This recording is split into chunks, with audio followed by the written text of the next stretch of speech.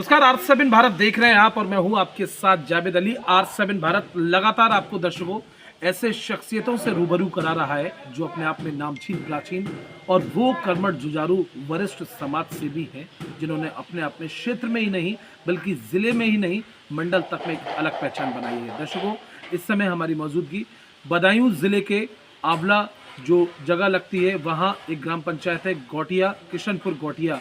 लेकिन आज जो हमारे बीच में हस्ती हैं ये इनका गांव जरूर है, लेकिन वरिष्ठ समाज सेवी, बीजेपी के दिग्गज नेता या यूं कहें बीजेपी की लीडरशिप रखने वाले नेता, लेकिन सबसे पहले समाज सेवी के तौर पर इन्हें देखा जाता है। जी हाँ दर्शकों, आज हमारे बीच में जो हस्ती मौजूद है, मुझे लगता है उन्हें किसी इंट्रोडक्शन या परिचय की कोई ज़रूरत नहीं है। अपने आप में वो खुद एक नामचीन चेहरे हैं, अपने आप में खुद वो एक पहचान है। क्योंकि अगर हम और आप चाहे अमीर हो या गरीब तबके का हो, अगर उससे भैया जी का जिक्र भी करते हैं तो उसकी ज़ुबान पे एक बार नहीं बल्कि 10 बार भैया जी का नाम निकल कर सामने आता है। क्योंकि ये हमेशा हर समय या यूं कहें 24 घंटे ऐसे तबके के साथ बने रहते हैं जिन्हें किसी तरह की परेशानी ना हो। अगर आर्थिक मदद की ज़रूरत होती है, किसी तरह की कोर्ट कचहरी का मामला है या फिर यूं कहें कि अनगिनत जैसे भी मामले हैं, सबका समाधान, सबका निस्तारण भैया जी के द्वारा किया जाता है।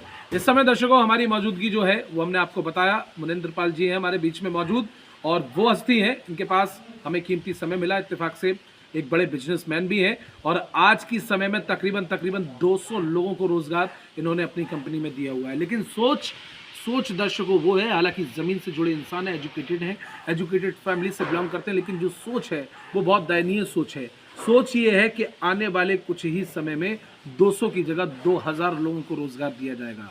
वो बहुत जल्द ऐसा होने वाला है, उसमें कतई समय नहीं है। लेकिन इस समय आप सीधा भैया जी का रुख करेंगे और इन्हीं की जुबानी जानेंगे कितने लंबे समय से ये लगातार समाज सेवा का रूप धारण किया हुआ है, लगातार समाज सेवा कर रहे हैं। जगह जगह बड़े बड़े होर्डिंग्स भैया जी के लगे हुए हैं और जगह जगह एक अलग पहचान है। सर, सबसे पहले बहुत स्वागत है आपका R7 भारत पर। थैंक यू R7 भारत के लिए। सर, आप वो मुखिया हैं जिनकी जुबान पर अगर आपका नाम आता है तो शायद मुझे लगता है वो आपकी तारीफ करते हुए, आपको दुआएं देते हुए उनकी जुबान नहीं करती। चारों तरफ सबने आपके होर्डिंग्स देखे। ऐसा नहीं है जी, ऐसा नहीं है। बेसिकली पहले तो यह है कि हमारा जो डिस्ट्रिक्ट लगता है वो बरेली लगता है, बदायूं डिस्ट्रिक्ट नहीं लगता है जी, तहसील आंवला लगती है। हाँ, ये ज़रूर है कि आपने कहा कि समाज सेवा के लिए तत्पर रहते हैं और ये मेरा शुरू से ये टारगेट रहा है कि ज़्यादा से ज़्यादा लोगों को रोज़गार दूँ। देखो, बिजनेस है क्या, बिजनेस एक दूसरे को, समाज सेवा कई तरह से की जाती है। बिल्कुल सर, बिल्कुल। समाज सेवा ये नहीं है कि मैंने किसी को पैसा दे दिया वो समाज सेवा। समाज सेवा के कई रूप होते हैं। एक होता है किसी को दान दे के भी समाज सेवा की जाती है, एक रोजगार दे के समाज सेवा की जा सकती है, किसी को आर्थिक मदद करके समाज सेवा की जा सकती है, सामने वाले को जरूरत है किसी चीज़। सर, लेकिन मैं थोड़ा सा इंटरप्ट करूंगा। वो आपने जो अलग अलग 3 क्वालिटी, 3 गुण बताए, वो तीनों गुण आपके अंदर हैं, ये आप समझ सकते हैं। आप हमेशा गरीब तबके के भी बीच में रहते हैं, आप हमेशा लगातार लोगों की आर्थिक मदद भी करते हैं, आप लगातार लोगों को रोजगार भी दे रहे हैं, तो वो तीनों क्वालिटी सर आपके अंदर हैं। देखो, ये चीज़ हर किसी के अंदर होती है, बस फर्क यह है कि अपने अंदर को जानना, जागरूक करना। बिल्कुल। कि आप क्या कर सकते हो। अगर हमें ऊपर वाले ने इस चीज़ के लायक बनाया है और हम कर सकते हैं तो करना चाहिए।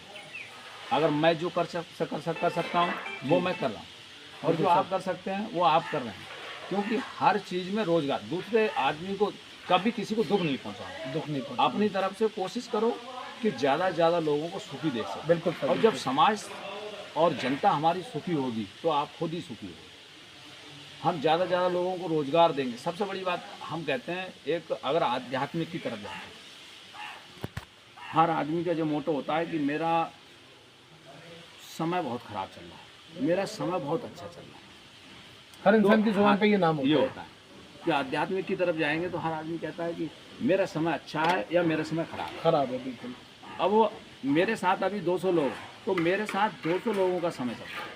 बिल्कुल, 200 लोगों का 200 लोगों आप भरण पोषण कर रहे हैं। 200 लोग जो मेरे साथ जुड़े हुए हैं, तो 200 लोगों का भाग्य मेरे साथ है। बिल्कुल। अगर मैं जो काम करूँगा तो उसमें 200 लोगों की जो उनके भाग्य में होगा वो मुझे मिलेगा। बिल्कुल सर, बिल्कुल। क्योंकि मैं अपने भाग्य से नहीं चल रहा, आप उनके भाग्य से चल रहे हैं। उनके भाग्य से चल रहा हूँ। आपका सर एक और जिक्र निकल कर आता है, आंवला क्या बरेली ज़िले में भी या फिर आसपास के क्षेत्र में, गांव में, आप लगातार गरीब तबके के साथ तो बने ही रहते हैं, अगर किसी तरह की किसी को परेशानी होती है तब भी आप उनकी मदद करते हैं। कभी कोई किसी विवाद में फंस जाता है, किसी तरह की परेशानी होती है, फिर भी आप उसका पूरा समाधान यहीं के यहीं कराते हैं ताकि उसे कहीं भागना दौड़ना ना पड़े। जो कोशिश करते हैं कि कभी जो मेरे शुरू से ये रहा है कि बेमतलब में किसी को परेशान नहीं बिल्कुल। किया। और किसी तरह का आपने देखा हो, अभी मेरे गांव के भी कुछ लोग मेरे साथ रहते हैं, वहाँ साइड में मेरे काम करते हैं जी। और मैं पूरा गांव मेरे एक तरह से फैमिली की तरह है।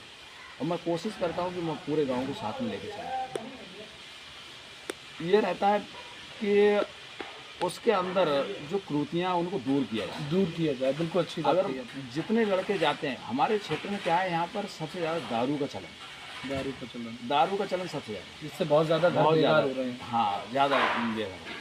और मैंने जितने मेरे यहाँ बंदे जाते हैं, चाहे वो नाराज़ हो जाए, कुछ हो जाए, मैंने कहा दारू के लिए पैसे नहीं दूँगा, मैं बिजनेस नहीं दूंगा आपको, कारोबार नहीं दूंगा आपको, नौकरी नहीं करने दूंगा यहाँ, आप कहीं भी करिए, दारू पियोगे तो नहीं। कुल मिलाकर मुझे लगता है 80% लोगों को तो जागरूक किया ही होगा आपने।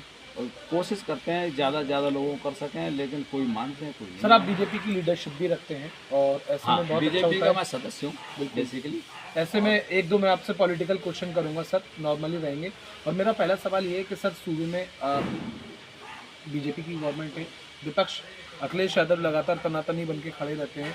ऐसे में कहीं ना कहीं विपक्ष कई तरह के गंभीर आरोप जो है वो सूबे की सरकार पर लगाता है, रोटियां सेकने की कोशिश करता है कि बीजेपी ने युवाओं को रोजगार नहीं दिया, लोग लुभावन वोट बैंक के लिए किया जाता है, उसको लेके क्या कहेंगे? देखो साहब, ऐसा है, चाहे बीजेपी हो, चाहे कांग्रेस हो, चाहे आपकी सपा पार्टी हो, जी विपक्ष का काम होता है उंगली उठाना। बिल्कुल। और विपक्ष की भूमिका जानी इसीलिए जाती है कि वो उंगली